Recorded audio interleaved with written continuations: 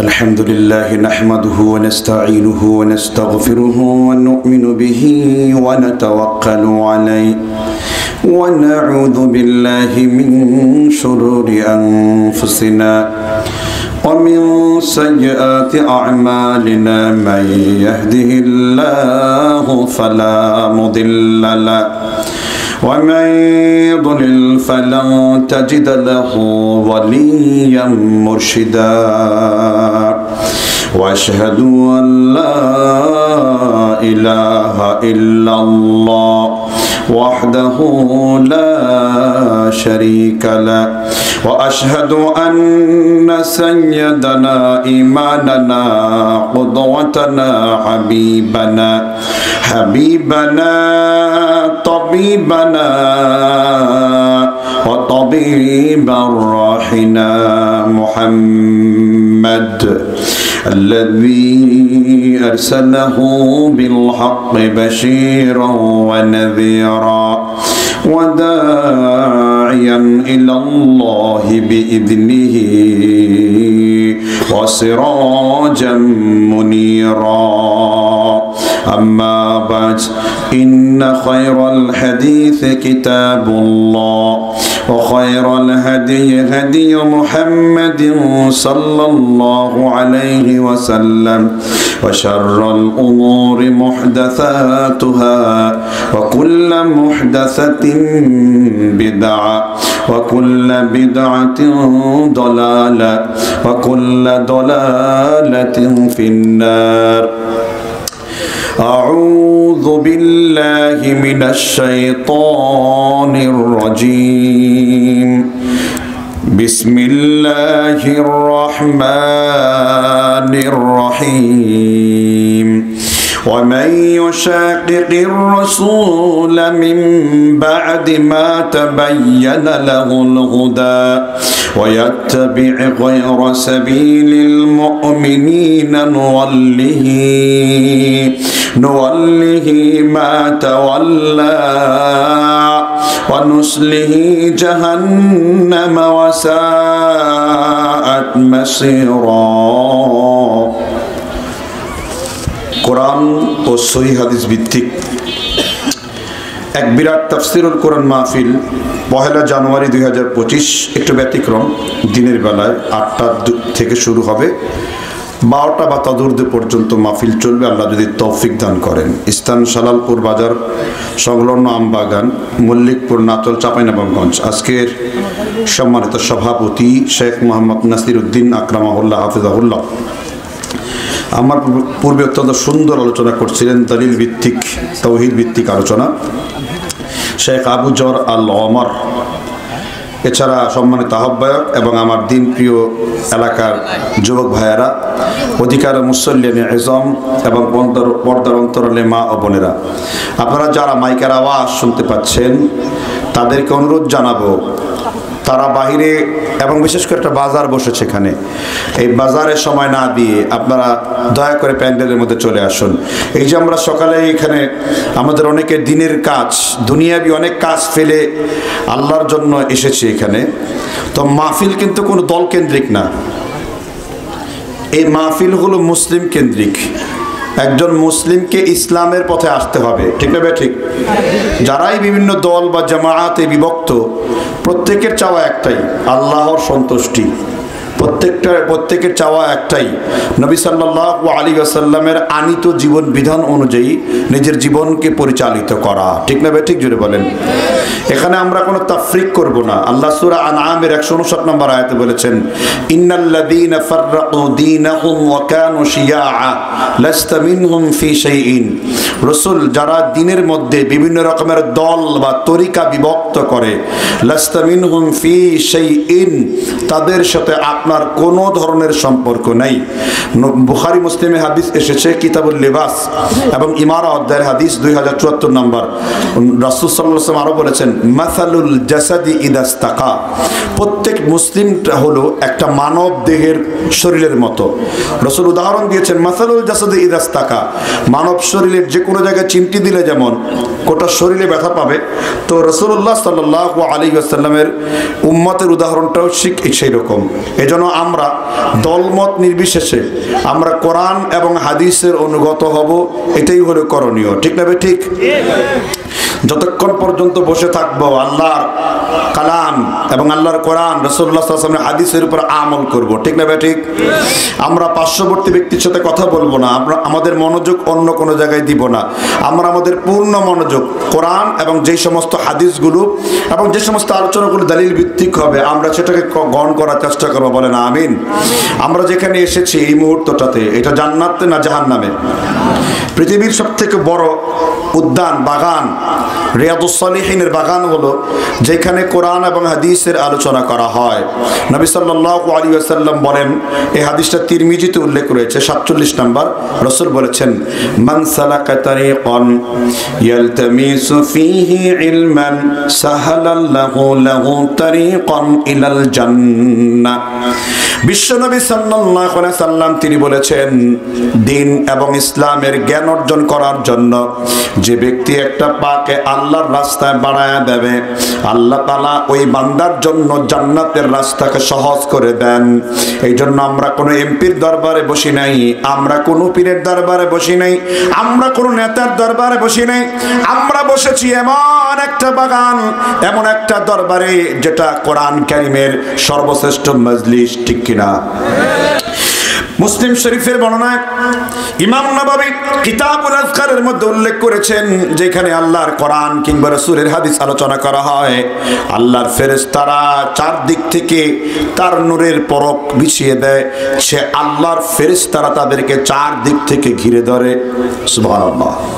সহিহ ইবনে খুজাইমাতে এসেছে, আল্লাহর নবী মুহাম্মদ সাল্লাল্লাহু আলাইহি সাল্লাম তিনি বলেছেন, যখন তোমরা কোনো দিনের মজলিসে বসে পড়ো, আদাদিল হাসা, তোমরা জমিনের পাথরগুলা গনে গনে শেষ করতে পারবা, জমিনের বালু কণাগুলো শেষ করতে পারবা, কিন্তু আল্লাহ কত রহমতের ফেরেশতা ওখানে রেখেছেন তোমরা গণনা করেও শেষ করতে পারবা না। এই জন্য আল্লাহ রাব্বুল আলামিন এর ফেরেশতারা ওই ব্যক্তির জন্য আল্লাহর কাছে মাগফিরাত প্রার্থনা করে, যেই ব্যক্তি ইলমকে অনুসন্ধান করে, যেই ব্যক্তি তার জীবনটা কোরআনের জন্য ওয়াকফ করে দেয়। এই জন্য কোরআন আছে যেখানে, হাদিস আছে যেখানে, আল্লাহর নবীর বিশুদ্ধ দ্বীন আছে যেখানে আমরা আছি। বিশ্ব নবী সাল্লাল্লাহু আলাইহি সাল্লাম এই জন্য এই ধরনের মজলিসকে কখনো এড়িয়ে যেতে নিষেধ করেছেন। এই জন্য এই আওয়াজ যেখান পর্যন্ত পৌঁছেছে, এই আওয়াজ যেখানে যেই লোকের কান পর্যন্ত পৌঁছে যাবে, ওই ব্যক্তির জন্য হক হলো, এই এলাকার জন্য কর্তব্য হলো ওই দিনের মজলিসে উপস্থিত হয়ে যাওয়া। এখন প্রথম থেকে শেষ পর্যন্ত যতক্ষণ বক্তব্য হবে আমরা কোরআন এবং হাদিসের দলিলিক আলোচনাগুলো নিব। ঠিক না? ঠিক যেটা বলেন। আল্লাহ আমাদের তৌফিক দান করুন। বলেন আমিন। আমরা এখানে যতগুলো কথা বলছি সবগুলোর জন্য আল্লাহর কাছে জাযা মানে প্রতিদান আছে না নাই? আল্লাহ সূরা কাফের 18 নম্বর আয়াতে বলেছেন, মা ইয়ালফিযু মিন কাউলিন ইল্লা লাদাইহি রাকীবুন আতীদ। আল্লাহ তাআলা বলেছেন, আল্লাহর বান্দা কোন গোলাম যখন মুখ থেকে কোনো শব্দ বের করে নেয়, সাথে সাথে আল্লাহর ফেরেশতারা রেকর্ড করে ফেলে। আপনি কিয়ামতের দিন এই যে মুহূর্তটা আপনারা বসে আছেন, একটা সকাল আল্লাহর রাস্তায় দিন চর্চা করছেন, কিয়ামতের দিন আপনার জবান আল্লাহ বন্ধ করবেন, আপনার হাতগুলো আল্লাহর কাছে সাক্ষ্য দেবে, আপনার পাগুলো আল্লাহর কাছে সাক্ষ্য দেবে, আপনার সমস্ত অঙ্গ প্রত্যঙ্গ আল্লাহর কাছে সাক্ষ্য দেবে, এবং যেখানে বসে আল্লাহর কোরআনের চর্চা করেছেন এই জায়গাটাও আল্লাহর কাছে সাক্ষ্য দেবে। বলেন সুবহানাল্লাহ। আল্লাহ রাব্বুল আলামিন এর প্রত্যেকটা জিনিসকে তিনি তার কোরআনে একটা আয়াতের মধ্যে একত্রিত করেছেন। আল্লাহ বলেন, আল-ইয়াওমা নাখতিমু আলা আফওয়াহিহিম ওয়া তুকাল্লিমুনা আইদিহিম ওয়া তাশহাদু আরজুলুহুম বিমা কানু ইয়াকসিবুন। আল্লাহ বললেন, কিয়ামতের দিন আল্লাহ মানুষের মুখের মধ্যে মোহর মারবেন, হাতগুলো বলবে আল্লাহ তেমন কোনো কিছু করতে পারি নাই, কোরআনের একটা মাহফিলে অংশগ্রহণ করেছিলাম, আপনার পা গুলা বলবে আল্লাহ এইরকম সকালবেলায় তোমার কোরআনের মাহফিলে আমি এসেছিলাম, এই জন্য আল্লাহ তাআলা মুমিনের নেক আমল অনুপাতে সে তার প্রতিদান দেবেন। আবার এখানে বসে আছেন, কিয়ামতের দিন জমিনগুলো ফাটিয়ে ফেলা হবে, জমিনগুলো উন্মুক্ত করে দেওয়া হবে। ইয়াউমা ইযিন তুহাদ্দিসু আখবারাহা, আল্লাহ তাআলা সূরা জিলজিলা আলোচনা করেছেন, সেই দিন জমিনগুলো আল্লাহ রাব্বুল আলামিনের কাছে সাক্ষ্য প্রদান করবে। তাহলে এই জমিনটাও সেই দিন আল্লাহর কাছে কি দিবে? সাক্ষ্য প্রদান করবে। ঠিক না ঠিক যদি বলেন? তাহলে আমরা আলোচনা করছিলাম একটি বিষয়ের উপর আলোচনা করব আজকে। আমি আলোচনা করেছিলাম সূরা নিসা আয়াত 115 নাম্বার, এর সূরা নাম্বার হলো 4। নিসা মানে কি? নিসা শব্দের অর্থ কি? মহিলাগণ। অথচ এই আয়াতের তাফসীর যেহেতু লিখেছেন তাফসীরুল কোরআন মাহফিল, কি মাহফিল? কোরআনের তাফসীর কয়ভাবে করতে হয় জানা আছে কি? প্রথমে লিখি এই শব্দের বিবরণ। আপনারা কি তাফসীর শুনে থাকেন? এই এলাকায় তাফসীর হয় আরো? আচ্ছা, আপনার মুফাসসিরদের মুখ থেকে আলোচনা শোনেন, ঠিক না ঠিক? কিন্তু তাফসীর করতে যে ওদের কিন্তু ব্যক্তিদেরকে দেখা যায় তারা অশ্লীল গালাগালি, অশ্রাব্য আচরণ, লাফালাফি, নেচে কুদে একাকার হয়ে যাচ্ছে, ঠিক না ঠিক যেটা বলেন? আসলে কোরআনের তাফসীর আমরা কিভাবে করব? সকল মুফতাবিহিল কওল ওয়া আলাইহিল ফাতওয়া, সকল আলেম ওলামাদের মতে তাফসীর কিভাবে করতে হয়।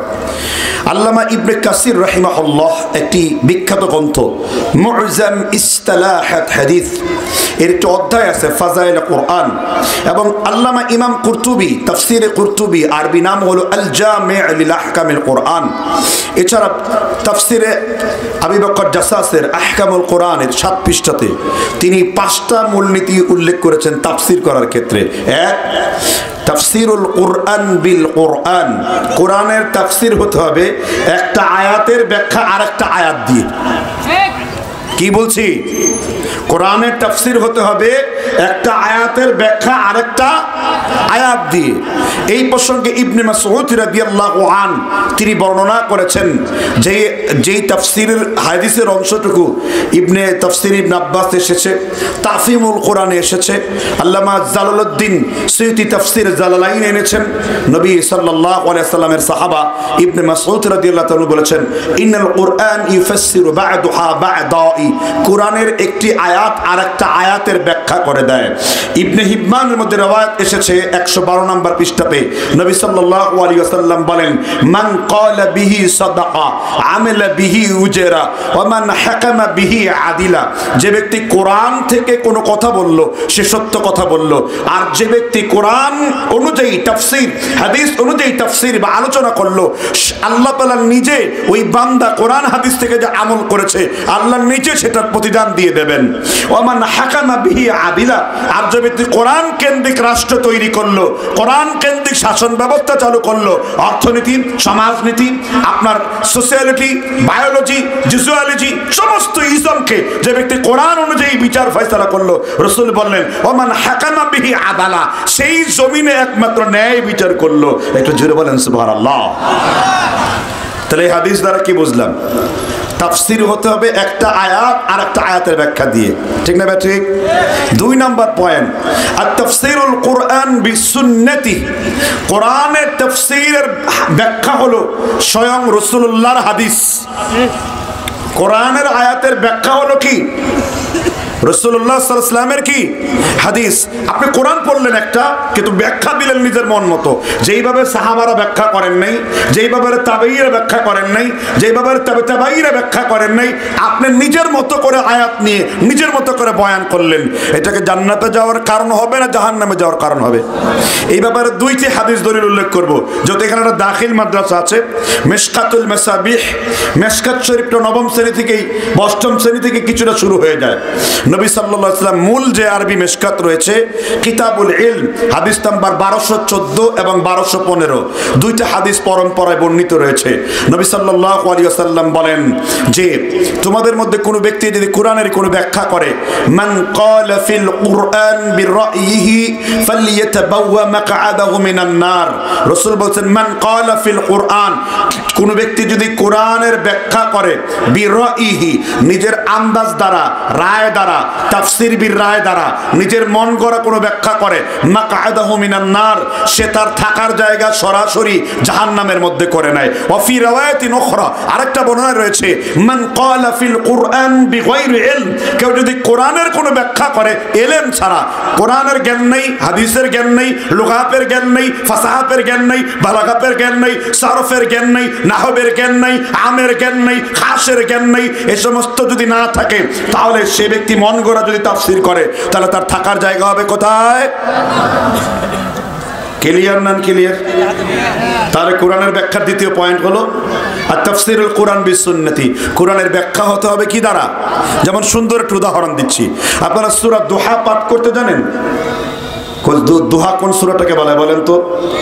والضحى والليل إذا سجى ما ودعك ربك وما قلى, পড়ছেন কিনা? এই সূরা জানেন আপনারা? যেমন দল্লা শব্দের অর্থ কি? যেমন আমরা খুতবার মধ্যে পড়েছি, কুল্লু বিদআতিন দলালা ওয়া কুল্লু দলালাতিন, প্রত্যেক বিদআত হলো কি? পথভ্রষ্টতা। যা এখন অনুবাদ করেন, আল্লাহ বলছেন ওয়া ওয়াজাদাকা দাল্লান ফাহাদা। এখন দল্লা শব্দের অর্থ কি বললেন একটু আগে? ভ্রষ্টতা, পথভ্রষ্টতা। একটু আগে দল্লা শব্দের অর্থ বললেন না, পথভ্রষ্টতা। এখন অনুবাদ করেন ওয়া ওয়াজাদাকা দাল্লান ফাহাদা, রাসূল আপনি ছিলেন পথভ্রষ্ট, অতঃপর আমি আল্লাহ আপনাকে হেদায়েত দিয়েছি। এবার আপনারা বলুন, এই অনুবাদটা কি সঠিক না ব্যাঠিক? আমরা অধিকাংশ মানুষকে তো জানি না, কিন্তু সাধারণ মানুষ যদি কোরআনের অনুবাদ দেখে, আরবি ডিকশনারি দেখে, লগাত দেখে, মানে লগাতুল কোরআন দেখে কেউ যদি এটা অনুবাদ করে, তার অর্থ দাঁড়াবে কি? ওয়াজাদাকা দাল্লান ফাহাদা, রাসূল আপনি ছিলেন পথভ্রষ্ট, আর এরপরে আমি আল্লাহ আপনাকে হেদায়েত দিয়েছি। এবার আমি আপনাদেরকে বলি, রাসূল কি কোনোদিন পথভ্রষ্ট ছিলেন? তাহলে কোরআন তো আপনাকে এই কথা বলছে। তাহলে এখন কোরআনের বাহ্যিক অনুবাদ দেখে কিন্তু আমরা অর্থ বুঝতে পারিনি। এখন দেখবো হাদিস কাকে বলে। হাদিস এই দল্লা শব্দের অর্থ কি নিয়েছে? হাদিস এই দল্লা শব্দের অর্থ ইবনে আব্বাস রাদিয়াল্লাহু আন তাফসিরে ইবনে আব্বাসের মধ্যে উল্লেখ করেছেন, এবং ইবনে মাজার কিতাবুত তাফসির, বাব কিতাবুত তাফসির উল্লেখ করেছে। এখানে দল্লা শব্দের অর্থ হলো দল্লা মা হুয়া ফিল লাবান, আরবিতে দুধের সাথে পানিকে মিশে গেলেও এটাকে দল্লা বলা হয়। আমি হেঁটে এসেছি, যেই গাছগুলো দেয়ালের পিছনে হারিয়ে গেছে, যেই গ্রামগুলো আমার গাড়ির পিছনে হারিয়ে গিয়েছে, ওইটাকেও আরবিতে দল্লা বলা হয়। এখানে দল্লা শব্দের অর্থ হবে ওয়াজাদাকা দাল্লান ফাহাদা, রাসূল ইসলাম আসার আগে আপনি কোন পথে দাওয়াত দিবেন আপনি বুঝেন নাই। কখনো তিনি হিলফুল ফুজুল করেছেন, কখনো তিনি ব্যক্তিগত মিটিং করেছেন, কখনো তাকে আলামিন বলা হতো, কখনো তাকে সাদেক বলা হতো, কিন্তু কোরআন নাজিল হওয়ার পরে, রাসূল হওয়ার পরে ওয়াজাদাকা দাল্লান ফাহাদা, রাসূল আপনি ছিলেন ইসলাম বা হেদায়েতের পথের দিকে অমনোযোগী, বা আপনি চিনতেন না, অপরিচিত, আমি আল্লাহ আপনাকে এই ক্ষেত্রে পরিচিত করেছি। সুবহানাল্লাহ বলেন। তাহলে কোরআন পড়লেন একটা, অর্থ হলো কি আরেকটা। কথা কি বুঝতে পেরেছেন কিনা? এই জন্য কোরআনের ব্যাখ্যা নিতে হবে রাসূল সাল্লাল্লাহু আলাইহি ওয়াসাল্লাম থেকে, তারপরে সাহাবীদের থেকে, তারপর কারা? তাবেঈদের ক্ষেত্রে থেকে, তারপর কারা? তাবেঈদের ক্ষেত্রে, তারপর কারা? মুতাকাদ্দিম আলেমদের থেকে, তারপর কারা? মুতাআখিরদের থেকে। 400 হিজরির আগ পর্যন্ত আলেম বা মুফাসসিরদের বক্তব্য বেশিটা গ্রহণযোগ্য। আমি একটু কঠিন আলোচনা করছি, আপনাদের ইলমি কথা বলার চেষ্টা করছি যেন বিষয়গুলো আপনারা বুঝেন, ঠিক না ভাই? ঠিক। তাহলে আমরা দ্বিতীয় পয়েন্ট পেলাম, কোরআনের ব্যাখ্যা করতে হবে সাহাবীর কথা দ্বারা। তৃতীয়, এটা খাটো করে দিচ্ছি, কোরআনের ব্যাখ্যা করতে হবে সাহাবীর বক্তব্য দ্বারা। চতুর্থ, কোরআনের ব্যাখ্যা করতে হবে তাবেঈরা কি বলছে। আর অবশ্যই আর তাফসীরুল কোরআন বিল লুগাতিল আরাবিয়্যা, কোরআনের তাফসীর করতে হবে আরবি ভাষার মাধ্যমে। কি ভাষার মাধ্যমে? কোরআনের বড় বড় যত তাফসীর কি ভাষায় লেখা? আল্লাহ কোরআনে বলেছেন কুরআনান আরাবিয়াল লাআল্লাকুম তাকিলুন, আমি কোরআনকে স্পষ্ট আরবি ভাষায় নাজিল করেছি যাতে তোমরা তা অনুধাবন করতে পারো। কি জন্য? ইংরেজি ভাষায়, ফার্সি ভাষায়, উর্দু ভাষায়, বাংলা ভাষায়, প্রত্যেক ভাষার কিন্তু ব্যাকরণ রয়েছে, কিন্তু আরবি এমন একটা ভাষা যেটার প্রত্যেকটা শব্দ কাওয়ায়েদের সাথে সম্পৃক্ত। আপনি আরবি ভাষাকে, আপনি আরবি ব্যাকরণ ছাড়া এক লাইনও আপনি অর্থ কিংবা তর্জমা উঠাতে পারবেন না। ফুলফিল একটা সাহিত্য এবং ফুলফিল একটা জ্ঞানের আধার হলো এই কোরআন কারীম। সুবহানাল্লাহ বলেন। তাহলে আয়াত পড়েছিলাম কোন সূরার? সূরা নিসার কত নাম্বার আয়াত? 115 নাম্বার আয়াত। সরল তরজমা, ওয়া মান ইউশাকিকির রাসূল মিন বা'দি মা তাবায়্যানা লাহুল হুদা। যেই ব্যক্তি আল্লাহর পথ প্রকাশিত হওয়ার পরে, কার পথ? তার মানে বোঝা যাচ্ছে আল্লাহর একটা পথ আছে। দ্বিতীয় হলো রাসূলের পথ, তার মানে বোঝা গেল রাসূলের একটা কি আছে? পথ আছে। তৃতীয় হলো সাহাবীর পথ। এখানে সাবিলুল মুমিনিন বলতে তাফসীর কারকরা করেছেন সাহাবীর পথ। তাহলে কয়টা পথ পাইলেন? 1 2 3 সাহাবীর পথ। এই তিনটি পথ ছাড়া যে ব্যক্তি অন্য কোনো পথ অবলম্বন করতে চায়, এই তিনটি পথ ছাড়া, এই তিনটি তরিকা ছাড়া বা এই তিনটি আদেশ নিয়ম কারণ ছাড়া যে ব্যক্তি অন্য পথের অনুসন্ধান করতে চায়, তাহলে আপনাকে অবশ্যই প্রথম কার পথে থাকতে হবে? তৃতীয় সাহাবীর পথ। আমরা প্রত্যেক দিন খুতবার মধ্যে পড়ি, বেশ করে আমার হানাফি ভাইয়েরা প্রথম যে খুতবা দেয় সানি খুতবার আগে, সেখানে স্পষ্ট বলা আছে যে রাসূলুল্লাহ সাল্লাল্লাহু আলাইহি ওয়াসাল্লাম বলেছেন, তোমাদের ভেতরে তিনটা যুগ হলো স্বর্ণালী যুগ। সুম্মাল্লাযীনা ইয়ালুনাহুম সুম্মাল্লাযীনা ইয়ালুনাহুম। সাহাবীদের যুগ স্বর্ণালী যুগ, সাহাবীদের পরে তাবিঈর যুগ স্বর্ণালী যুগ, তাবিঈর পরে তাবেঈর যুগ স্বর্ণালী যুগ। তাহলে আল্লাহর পথ, রাসূলের পথ এবং সাহাবীর পথ, মুমিনের পথ বলতে সাহাবীর পথ, এই পথগুলো ছাড়া যদি অন্য কোনো পথ অবলম্বন করতে চায়, ওয়া নুসলিহি জাহান্নামা ওয়া সাআত মাসীরা, তাদেরকে আমি আল্লাহ ঠেলতে ঠেলতে জাহান্নামের আগুনের মধ্যে নিয়ে ফেলবো। তাহলে অবশ্যই আপনি যা করবেন প্রত্যেকটা আল্লাহ এবং তার রাসূলের পথ এবং সাহাবীদের জামাতের পথ হতে হবে। কে একমত না দুই মত? যদি একমত হতেন তাহলে সবাই বলতেন, কিন্তু যেহেতু মতের মধ্যে ব্যবধান আছে এই জন্য সবাই কণ্ঠ মিলাতে পারেন নাই। কিন্তু এটা ইসলামের মূল ব্যাখ্যাতে কোনো ব্যাখ্যা করার সুযোগ নাই। কথা বুঝতে পেরেছেন কিনা? যে কালেমার সাক্ষ্য দিয়েছে, রসুলকে নবী হিসেবে মেনেছে, কিবলাকে কিবলা জেনেছে, এই মূলের মধ্যে কোনো রকমের ভুল করা যাবে না। কারণ ইসলাম মূল বিষয়গুলোকে নিয়ে কোনো ইখতিলাফ নাই। পুরোই মাসআলা, শাখাগত মাসআলায় কিছু ইখতিলাফ থাকলে পরেও কোরআন হাদিসের মূল জায়গায় আমরা সকল মুসলমান বিল ইত্তেফাক সকলে আমরা ঐক্যমত প্রদর্শন করেছি, ঐক্যমত গ্রহণ করেছি। ঠিক না? ঠিক জুড়ে বলেন। তাহলে এবার প্রথমে আল্লাহর পথের আলোচনা করি। আল্লাহর পথ কোনটাকে বলে বলেন তো দেখি? বলতে পারলেন না? আল্লাহর পথকে বলা হয় আরবিতে তাওহীদ। আল্লাহ সূরাতুল মুহাম্মাদের 19 নম্বর আয়াতে বলেছেন, ফা'লাম আন্নাহু লা ইলাহা ইল্লাল্লাহ। তোমরা সর্বপ্রথম জানো লা ইলাহা ইল্লাল্লাহর ব্যাপারে। কার ব্যাপারে? আপনারা কি লা ইলাহা ইল্লাল্লাহ পড়েছেন কখনো? পড়ছেন কখনো লা ইলাহা ইল্লাল্লাহ? লা ইলাহা ইল্লাল্লাহ পড়েন নাই কখনো? জি, আমাদের কালেমা কোনটা? লা ইলাহা মুহাম্মাদুর। এখন আবার এখানেও ফেরকাবাজি, একদল আলেমরা ব্যাখ্যা করছে একসাথে লা ইলাহা ইল্লাল্লাহ মুহাম্মদ রাসূলুল্লাহ পড়া যাবে না। শুনছেন কিনা এরকম? জি। কিন্তু সহিহ মত হলো এই সম্পর্কে 27টা হাদিস রয়েছে, 27টা সনদে হাদিস বর্ণিত রয়েছে। 26টা সনদ একেবারেই দুর্বল, ভিত্তিহীন, কিন্তু একটা সনদ একেবারেই সহিহ, যেই হাদিসটি উল্লেখ রয়েছে মাজরুহিন মিনাল মুহাদ্দিসিনে আল্লামা ইমাম ইবনে হিব্বান রাহিমাহুল্লাহ হাদিস বর্ণনা করেছেন 1012 নম্বর। একই হাদিসটি ইমাম বাইহাকি আসমা ওয়া সিফাতের 15 নম্বর পৃষ্ঠায় হাদিসটি এনেছেন। আল্লাহর নবী বলেছেন কালেমাতে তাকওয়া লা ইলাহা ইল্লাল্লাহ মুহাম্মদ রাসূলুল্লাহ। এইজন্য লা ইলাহা ইল্লাল্লাহ 26টি সনদ ভুল হলেও একটা সনদ একেবারেই বিশুদ্ধ। এইজন্য লা ইলাহা ইল্লাল্লাহ মুহাম্মদ রাসূলুল্লাহ এটা পড়াও যাবে, আবার এটা কি লেখাও যাবে। পড়াও যাবে, লেখাও যাবে। সুতরাং যারা এটা বলেনি তারা সত্যিকার অর্থে কোরআন হাদিসের হক আদায় করে নাই, এটা বাড়াবাড়ি। আল্লাহ বলেন লা তাগলু ফিদ্দিন, তোমরা ধর্মের মধ্যে কোনো রকমের বাড়াবাড়ি করো না। তাহলে লা ইলাহা ইল্লাল্লাহ পড়াও যাবে, লা ইলাহা ইল্লাল্লাহ লেখাও যাবে। ইমামে মুসলিম রাহিমাহুল্লাহ তিনি সহিহ মুসলিমে একটা বাব বেঁধেছেন লা ইলাহা ইল্লাল্লাহ মুহাম্মাদুর রাসূলুল্লাহ শানে।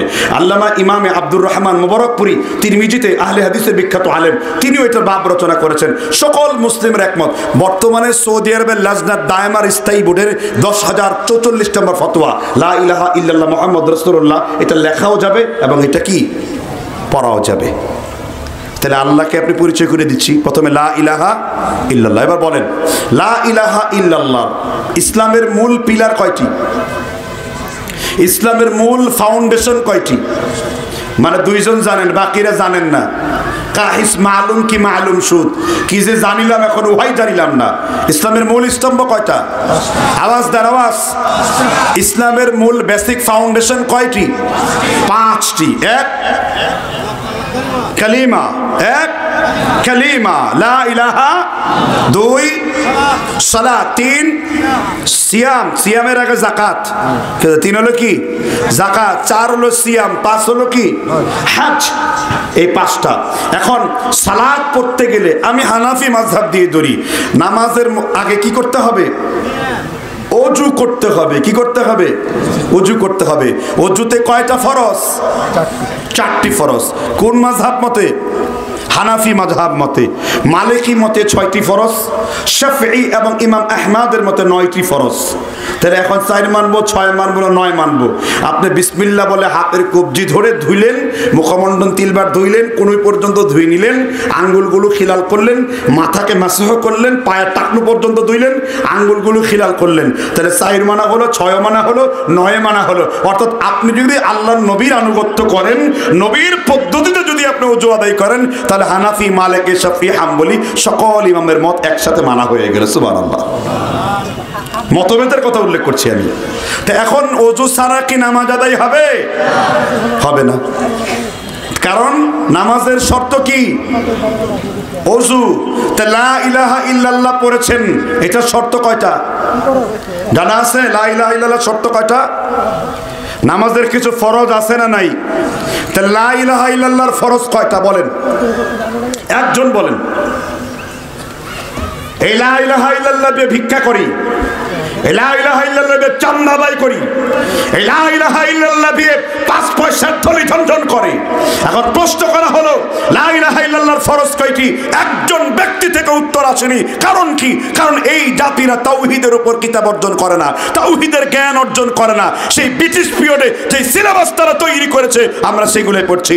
লা ইলাহা ইল্লাল্লাহর ব্যাখ্যা করার জন্য পড়ুন আকিদাতুত তাহাবী, ইমাম জাফর আত-তাহাবী আল-হানাফি, পড়ুন ইমাম আবু হানিফার ফিকহুল আকবার, পড়ুন কিতাবুত তাওহীদ আল্লামা ইমাম আব্দুল হাব নাজদি রাহিমাহুল্লাহ, পড়ুন আকিদা ওয়াসিতিয়া ইবনে তাইমিয়া রাহিমাহুল্লাহ, পড়ুন ইলামুল মুওয়াক্কিন ইবনুল কাইয়্যিম জাওজি রাহিমাহুল্লাহ। সেখানে লা ইলাহা ইল্লাল্লাহর ফরজগুলো আলোচনা করে গেছেন। কারণ এখন এই প্রশ্ন কি এর আগে কোনোদিন কেউ করেছে আপনাদের? তাহলে আপনি লা ইলাহা ইল্লাল্লাহর ফরজ বুঝেন নাই আর দুনিয়া সব বুঝে ফেলেছেন। তাহলে ঈমানই তো নবায়ন করা হয় না এখনো। আল্লাহ উদাহরণ দিয়েছেন সূরা ইউসুফ আয়াত নাম্বার 106। আল্লাহ বলেছেন, ওয়া মা ইউমিনু আকসারুহুম বিল্লাহি ইল্লা ওয়া হুম মুশরিকুন। বিশ্বনবী, দুনিয়ার বেশিরভাগ লোক আমি আল্লাহকে আল্লাহ বলে মানলেও বেশিরভাগ লোক আমি আল্লাহর সাথে শিরকে লিপ্ত হয়ে যায়। এটার ভাব অর্থ হলো অধিকাংশ লোক ঈমান আনার পরেও আবার মুশরিক হয়ে যায়। এই জন্য বেশিরভাগ লোকের তাওহীদ ঠিক নাই। বিশ্বনবী 3টা হাদিস বলেছেন, বুখারী শরীফের 23 নাম্বার, 37 নাম্বার, 41 নাম্বার 3টা হাদিসে বলেছেন, মান মাতা লা ইলাহা ইল্লাল্লাহ দাখালাল জান্নাহ। কেউ যদি লা ইলাহা ইল্লাল্লাহর উপর মৃত্যুবরণ করে সে কোথায় প্রবেশ করবে?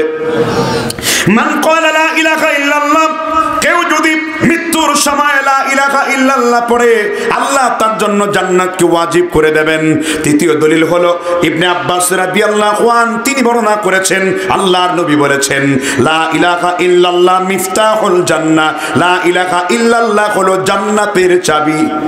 3টা হাদিস প্রমাণ করলো। তাহলে আপনাকে মৃত্যুবরণ করতে হবে কিসের উপরে? আপনাকে খুঁজতে হবে লা ইলাহা ইল্লাল্লাহ জান্নাতের চাবি। তালা, চাবির দাঁত ছাড়া কি তালা খুলে? এই প্রশ্নটা রাসূল তার চাচাতো ভাই ইবনে আব্বাসকে করেছেন। ইবনে আব্বাস বলছেন, হে আল্লাহর রাসূল, পৃথিবীতে তো এমন কোনো চাবি নেই যে চাবি দিয়ে তালা খোলে না। কয় তাহলে বলো লা ইলাহা ইল্লাল্লাহর চাবি কয়টা? আজকে শিখতে চান লা ইলাহা ইল্লাল্লাহর চাবি কয়টা? লা ইলাহা ইল্লাল্লাহর ফরজ হলো 2টি। কয়টি? আরো জোরে। কালেমা শিখাচ্ছে আপনাদেরকে। কালেমা কয়টা? আমাদের দেশে কয়টা কালেমা প্রসিদ্ধ? কালেমায়ে তৈয়বা, কালেমায়ে শাহাদাত, কালেমায়ে তাওহীদ, কালেমায়ে তামজিদ, কালেমায়ে রাদ্দে কুফর। এই পুরা ব্যাখ্যাটা হলো ভুল বাপ দাদার তৈরি, নিমকে মোল্লা খাত্রে ইমামদের তৈরি করা। তাওহীদের কালেমা এক, আল্লাহ এক, রাসূল এক, সাহাবা এক, কালেমাও এক। সুবহানাল্লাহ বলেন। আমাদের কালেমা শাহাদাত দিলে আশহাদু আল্লা ইলাহা ইল্লাল্লাহ ওয়া আশহাদু আন্না মুহাম্মাদান আবদুহু ওয়া রাসূলুহু। কথা কি বুঝতে পারছেন কিনা? যেমন আশহাদু আর নাশহাদু, ওয়াহিদ মুতাকাল্লিম, জামা মুতাকাল্লিম। তো আমরা কালেমার সাক্ষ্য দিয়েছি, ব্যাস এটাই যথেষ্ট। এখন কালেমা কাকে বলে? যেই কালেমার মধ্যে আল্লাহর তাওহীদের সাক্ষ্য দেওয়া হয় এবং যেই বাক্যের মধ্যে নবীজির রিসালাতকে স্বীকার করা হয় তাকে আর